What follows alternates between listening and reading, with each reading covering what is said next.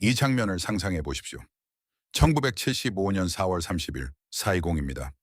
당신에게는 결정할 시간 72시간이 주어졌습니다. 공산당 통치 아래 남을 것인가 아니면 남중국해에서 익사할 위험을 감수할 것인가. 20년 동안 사람의 생명을 구했던 의사인 당신의 이웃은 얇은 금판을 천에 싸고 있습니다. 그들은 이것을 킴탄, 즉 금박이라 부릅니다.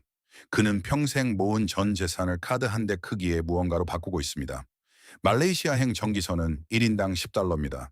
거친 바다를 건너는 미랑자의 작은 보트는 1인당 1,000원 달러입니다.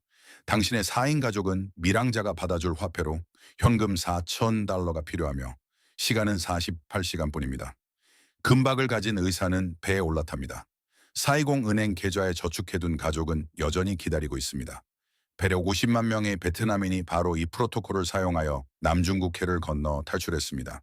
이것은 허구가 아닙니다. 이것은 20세기 최대의 난민 위기 중 하나에서 기록된 생존 전략이었습니다. 귀금속에 대해 아무도 입 밖으로 내지 않는 이야기를 해드리겠습니다. 금은 붕괴 상황에서 빵을 사기 위한 것이 아닙니다. 검문소에서 담배와 바꾸기 위한 것도 아닙니다. 국경이 닫히고 제도가 실패하며 평생 모은 자산을 온전하게 유지한 채 가족과 함께 국경을 넘어야 하는 순간을 위한 것입니다. 부검은 끝났습니다. 사망 원인은 언제나 같으며 생존자들은 모두 같은 보험에 들어 있었습니다. 베트남 보트피플은 현대사에서 가장 정교한 탈출 시스템 중 하나를 개발했으며 그 중심에는 킴탄이 있습니다.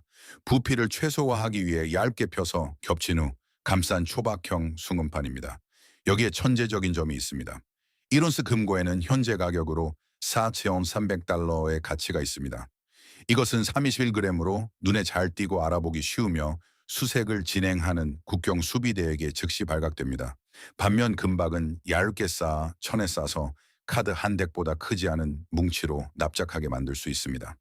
수색 중에 발견되더라도 대충 검사하는 관리들에게는 알루미늄 호일로 오인될 수 있습니다.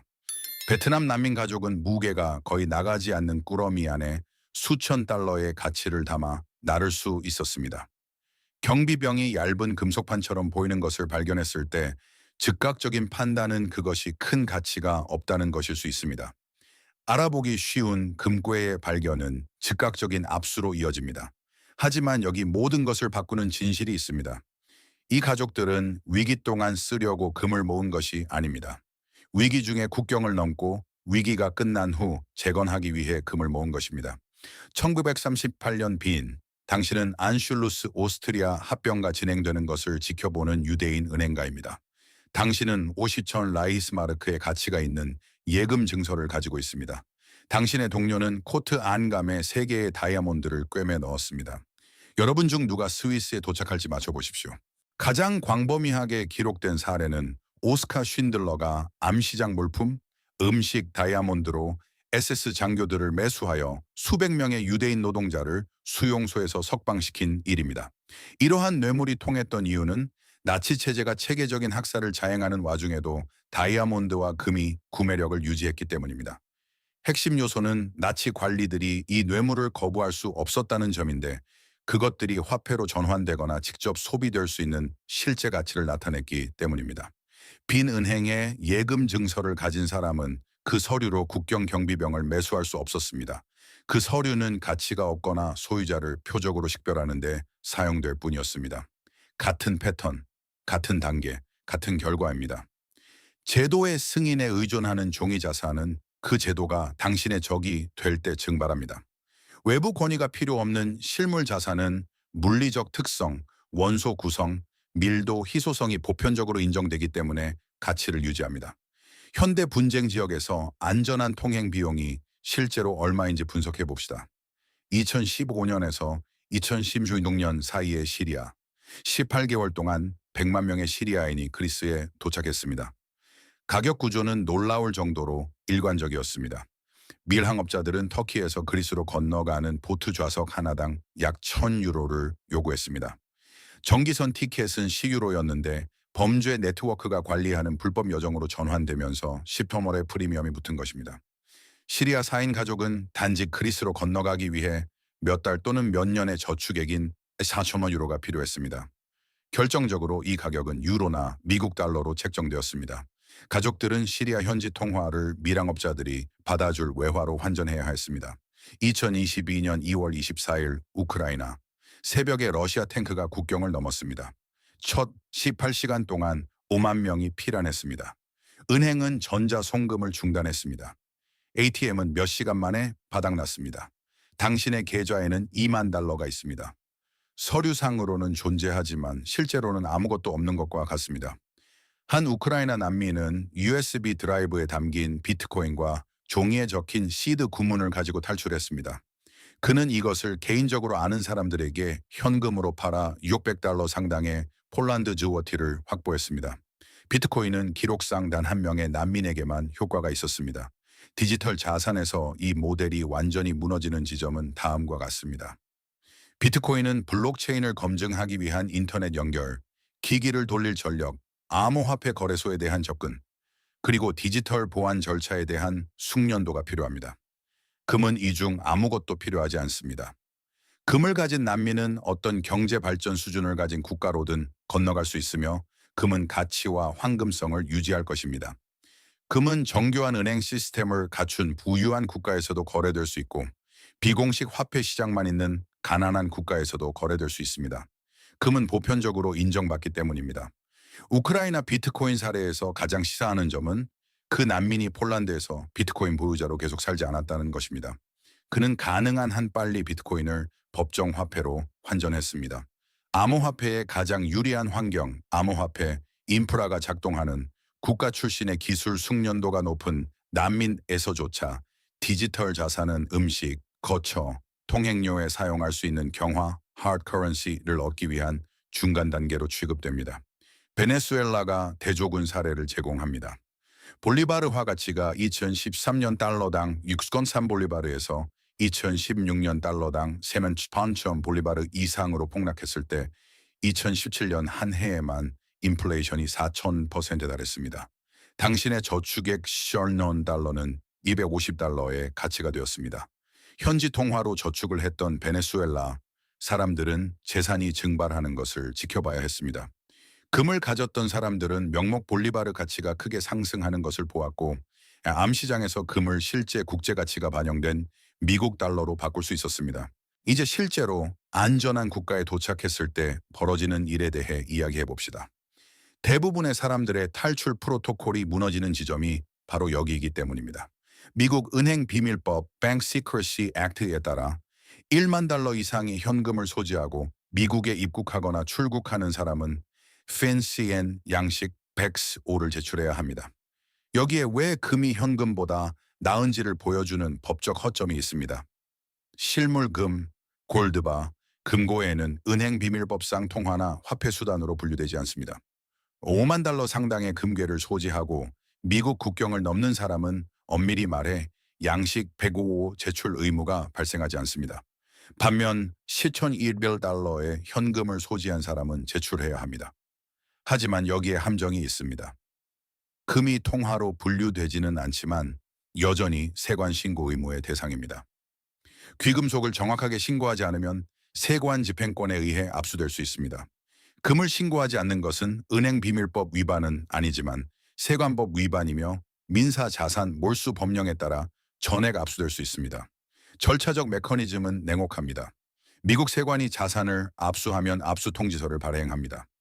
당신은 30일 이내에 이의를 제기해야 합니다. 법적 대리인도 없고 미국의 법적 절차도 이해하지 못하며 안정적인 주소조차 없을 수 있는 전쟁터에서 갓 탈출한 사람에게 이 과정은 사실상 헤쳐나가기가 불가능합니다. 압수된 자산이 불법 활동과 관련이 없음을 입증할 책임은 당신에게 있습니다. 수십 년 동안 일하고 저축하여 모은 금을 가지고 분쟁 지역을 탈출한 사람이 은행 기록이나 서류 없이 합법적인 출처를 증명하는 것은 극도로 어렵습니다. 이 부분을 잘 들어보십시오. 여기서 이론이 현실과 만나며 대부분의 전략이 무너지기 때문입니다. 이론스 금고에는 현재 시장 가격으로 40달러를 나타냅니다.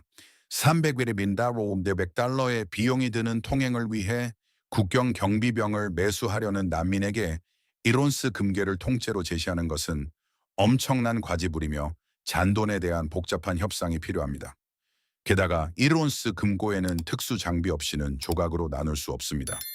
300달러의 통행료를 위해 4,100달러 상당의 금괴를 제한한다면 금 세공인을 찾아 녹여서 나누지 않는 한 나머지 4,000달러의 가치를 되찾을 실질적인 방법이 없습니다. 국경 검문소에서 그런 일은 불가능합니다. 최적의 단위는 분할 금고에 구체적으로 1권리그원 10원화 단위의 금괴입니다.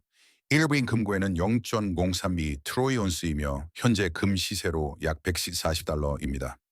이는 복잡한 협상 없이 특정 서비스에 대한 교환 수단으로 사용하기에 충분히 작은 크기입니다. 난민이 통행을 위해 1인 금괴를 제한하면 경비병은 즉시 그 대략적인 가치를 알 수 있습니다. 이러한 분산은 여러 이점을 제공합니다. 단일 금괴가 발견되어 압수될 경우에 치명적인 손실을 줄여줍니다. 실제 거래를 위한 세분화된 단위를 제공합니다. 탈출의 각 단계에서 전략적으로 자산을 배치할 수 있게 해줍니다. 초기 단계에서는 연료와 가이드를 위해 일그리아 금괴를 사용하고 밀항업자를 위해서는 석기나 워시브거나 금괴를 사용하며 목적지 국가에서의 최종 거래를 위해서는 더 큰 금괴를 사용합니다. 권위가 붕괴될 때 왜 실물 금속이 효과적인지에 대해 데이터가 우리에게 외치는 바는 다음과 같습니다. 금은 설명도, 정당화도, 외부 권위의 검증도 필요 없는 가치를 나타냅니다. 국경 경비병이 금화를 내미는 사람을 만났을 때 경비병은 어떤 제도적 메커니즘을 통한 확인 없이도 진정한 가치를 즉각 인식합니다. 국가 붕괴 시, 즉 탈출 프로토콜이 정확히 필요해지는 시점에는 종이 화폐를 보증하는 제도적 권위가 증발합니다. 전쟁에서 지고 있는 정권의 경비병은 그 정권의 화폐를 지불 수단으로 받지 않을 것입니다. 정권이 완전히 붕괴하여 화폐가 휴지 조각이 될 것을 두려워하기 때문입니다. 금은 특정 정권이나 정치 체제를 초월합니다. 제2차 세계대전 말기의 나치 관리는 라이스마르크가 가득 든 가방은 거절하겠지만 뇌물로서의 금은 받아들일 것입니다. 금은 정권이 바뀌어도 가치를 유지하기 때문입니다. 한 생존자의 후손은 이렇게 완벽하게 말했습니다. 경비병을 매수할 수 있을 만큼의 은화나 금화가 필요합니다. 유동성의 확실성이 경비병의 뇌물 수수 의지를 결정합니다. 금은 전 세계 어느 나라에서나 확립된 글로벌 시장에 의해 결정된 가격으로 언제든지 현금으로 바꿀 수 있습니다. 당신이 경비병에게 금괴를 건넬 때 경비병은 자신이 어떤 금 매입처나 국제은행에 걸어 들어가 몇 시간 안에 그 금을 현금으로 바꿀 수 있다는 것을 이해합니다. 성공적으로 안전한 국가에 도착하여 압수당하지 않고 모은 금을 지키고자 하는 사람에게는 적절한 서류 작업이 필수적입니다. 핵심 원칙은 이렇습니다. 국경에서 자산을 신고하는 것은 마찰과 지연을 초래하지만 신고하지 않는 것은 거의 확실한 압수를 초래합니다. 가장 효과적인 법적 전략은 구매 증명서, 송장, 영수증, 정품 인증서 또는 감정서를 지참하는 것입니다. 피란 전에 수십 년에 걸쳐 금을 모은 사람에게 이러한 서류는 구하기 불가능할 수 있지만 부분적인 서류라도 법적 입지를 강화해 줍니다. 일단 세관원이 당신이 자산을 은닉하려 했다는 사실을 발견하면 당신의 신뢰도는 파괴됩니다. 발견될 가능성이 높은 부분 은닉을 시도하기보다는 도착 시 모든 보유 자산을 신고하고 그에 따른 지연과 조사를 감수하는 것이 일반적으로 더 효과적입니다. 더 정교한 전략은 다음과 같습니다. 처음에는 대량의 금을 반입하려 하지 말고 입국한 뒤 거주권을 확보하고 법률 자문을 구할 수 있게 되었을 때 합법적인 경로를 통해 금속을 반입하는 것입니다. 이 방식은 최초 국경 통과 시 모든 재산을 압수당할 위험을 피하게 해줍니다. 그렇다면 당신은 무엇을 해야 할까요? 5가지 요소입니다. 첫째, 지금 소량 단위의 금을 축적하십시오. 1온스 금괴가 아니라 1그리에건 5010코란 단위입니다.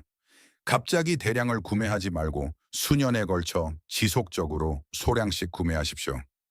둘째, 운반시 복대, 주머니, 옷 안감 등 몸 전체에 분산하십시오. 어느 한 곳이 발견되더라도 재산 전체를 잃지 않게 됩니다. 셋째, 뇌물, 압수, 도난으로 인한 10%에서 30%의 손실을 가정하십시오. 예상보다 더 많이 비축하십시오. 넷째, 목적지 국가 국경에서 모든 보유 자산을 신고하십시오. 가지고 있는 모든 서류를 지참하고 즉시 법률 자문을 구하십시오. 다섯째, 이것이 최악의 시나리오를 위한 보험임을 이해하십시오. 붕괴 중에 빵을 사기 위한 것이 아니라 제도가 실패할 때 국경을 넘고 정권 교체기에도 평생 모은 저축을 보존하기 위한 것입니다. 문제는 당신이 영향을 받을 것인가가 아닙니다. 문제는 당신이 다가올 위기를 미리 알아챌 것인가, 아니면 닫힌 국경 앞에 서서 서류상 계좌에는 2만 달러가 있는데 왜 ATM은 비어 있는지 의아해하며 카드대 크기의 금박 꾸러미를 가진 옆 사람이 안전한 곳으로 가는 배에 올라타는 것을 지켜볼 것인가입니다. 패턴 인식은 비관주의가 아니라 준비입니다. 전례는 모호하지 않고 명확합니다. 150만 명의 베트남인, 수백만 명의 유대인 난민, 100만 명의 시리아인, 580만 명의 우크라이나인, 같은 프로토콜, 같은 자산군, 같은 결과입니다. 이것은 당신에게 필요할지의 문제가 아니라 언제 필요할지의 문제입니다. 생존의 역사와 실물 자산의 현실에 대한 이 깊이 있는 탐구가 당신의 재정적 안보를 바라보는 방식을 바꾸었다면 구독과 좋아요를 눌러주십시오. 우리는 다른 사람들이 무시하려는 역사적 패턴을 밝혀내는데 전념하고 있습니다. 과거로부터 배워 당신의 미래를 준비하십시오. 생존자들의 전략에 대한 다음 조사 결과도 곧 공개될 예정입니다.